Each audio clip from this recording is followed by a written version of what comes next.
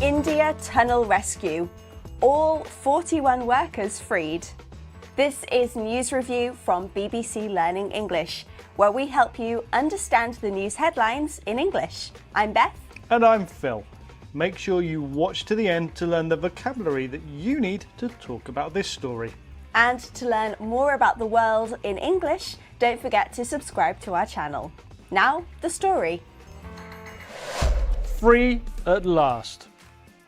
All 41 workers trapped in a tunnel in northern India for 17 days have been rescued. They were removed one by one through a 90cm diameter pipe. None of the men are thought to be injured, but they are all being given medical checks. You've been looking at the headlines, Phil. What's the vocabulary that people need to understand this news story in English? We have ordeal, nail-biting and makeshift. This is News Review from BBC Learning English.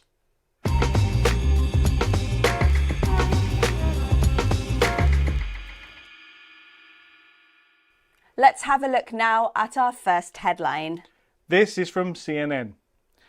All 41 workers rescued from collapsed tunnel in India after 17-day ordeal. The headline tells us that all 41 of the workers who were trapped have been rescued. The word we're learning about is ordeal. Phil, what can you tell us about it?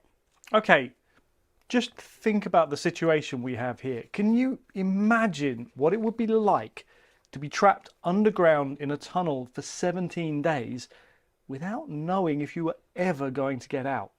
Well, I think it's very hard to imagine how scary and awful that must have been. And that is the type of situation that we describe as an ordeal. It's not a word used for everyday bad situations like missing the bus, for example. No, we use ordeal for difficult, unpleasant situations, and it's often situations that last a long time or feel like they last a long time. And just a note about the pronunciation, note that the stress is on the second syllable. It's ordeal, ordeal. That's right, ordeal. Okay, let's look at that one more time.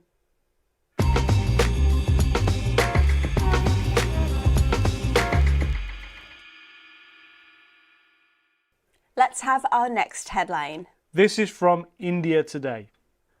Uttarkashi tunnel rescues last moments captured in nail-biting videos. So this headline tells us that the last moments of the rescue were captured on video and that it was nail-biting.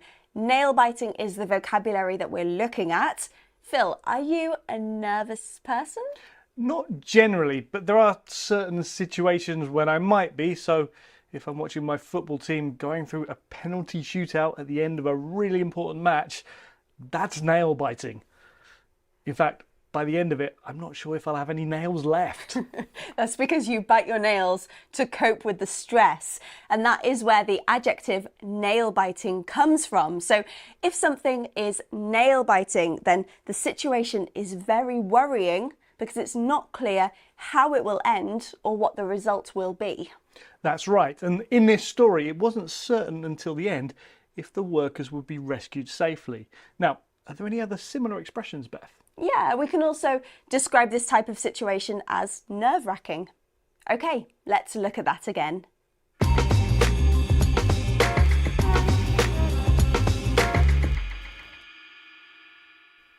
Next headline, please. This is from NDTV. Rescued workers in makeshift hospital inside tunnel. So we hear that the rescued workers are in some kind of hospital in the tunnel. But what kind of hospital? It must be very difficult to make a good quality hospital in such a short amount of time. And that is the key to understanding our next word. The adjective used to describe the hospital is makeshift. And we use that to talk about something that's been built very quickly to meet a sudden need. That's right. And also that it's temporary, or at least intended to.